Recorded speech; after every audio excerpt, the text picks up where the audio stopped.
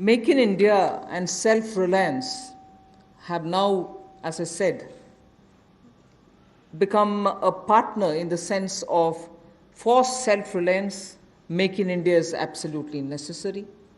And particularly when you're talking about critical industries like defense, we need to be self-reliant where we really can be. Of course, armed forces require best of equipments. They need some of the latest technology-driven equipments. Some high-tech equipments are required, which have to be imported. They can be imported. And it continues. We are seeing very good latest weaponry coming also.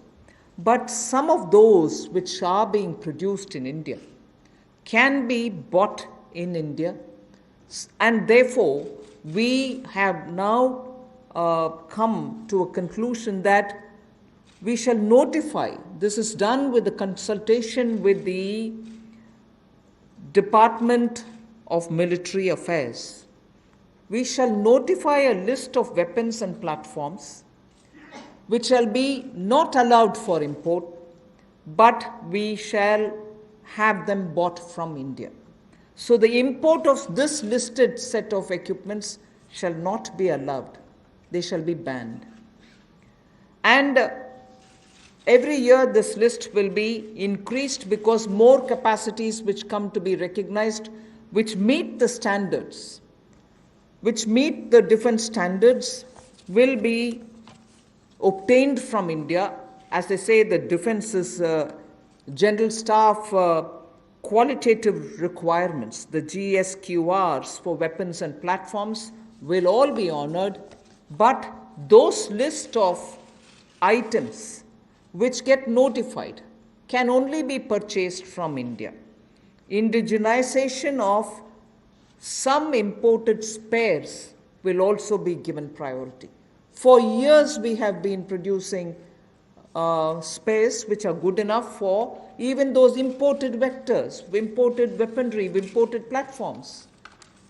Unless we are able to do that, the spares are also something which India probably can produce but are getting imported. So indigenization of imported spares.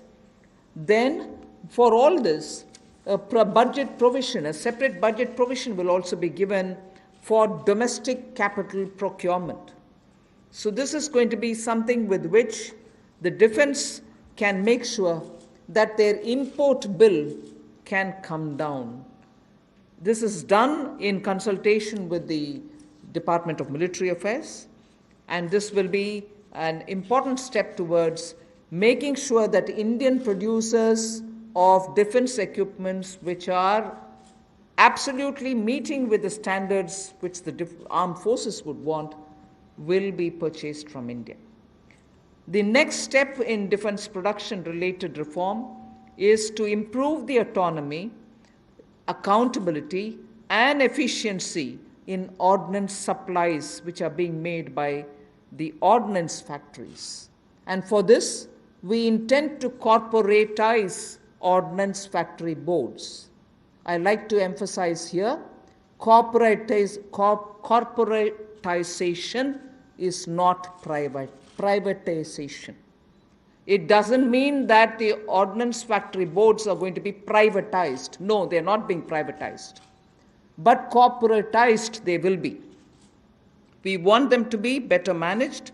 We also eventually hope that they will get listed in the stock market. Ordinary Indian citizens can also buy shares in them. And through that, we expect that the ordnance factory boards and their processes, decision-making, output, performance, all of them will be transparent for the Indian citizens. So ordnance factory boards will be corporatized, not privatized. I want to underline that, and I want media friends to please differentiate between corporatization and privatization.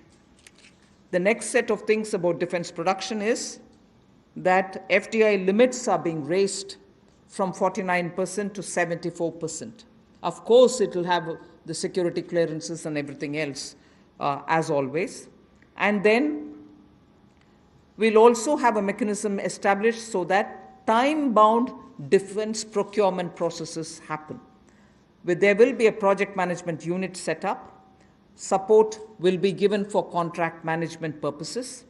Then we are, as I said earlier, a realistic setting for the general staff qualitative requirements, the GSQRs as they're known, of weapons and platforms will be made, because sometimes unrealistic quality requirements are established and quite a lot of time is spent in searching for suppliers who will meet all those requirements. You end up with just one supplier, and just buying it from one supplier is not permitted, and then you do the entire circle all over again. So realistic setting of qualitative requirements is something on which we'll place emphasis, and above all, overhauling of the trial and testing processes. Yes, we understand India is a country which has different climatic and geospatial requirements, tropical, coastal, Himalayan, high altitude, and everything else. But we still need to be far more efficient in trial and testing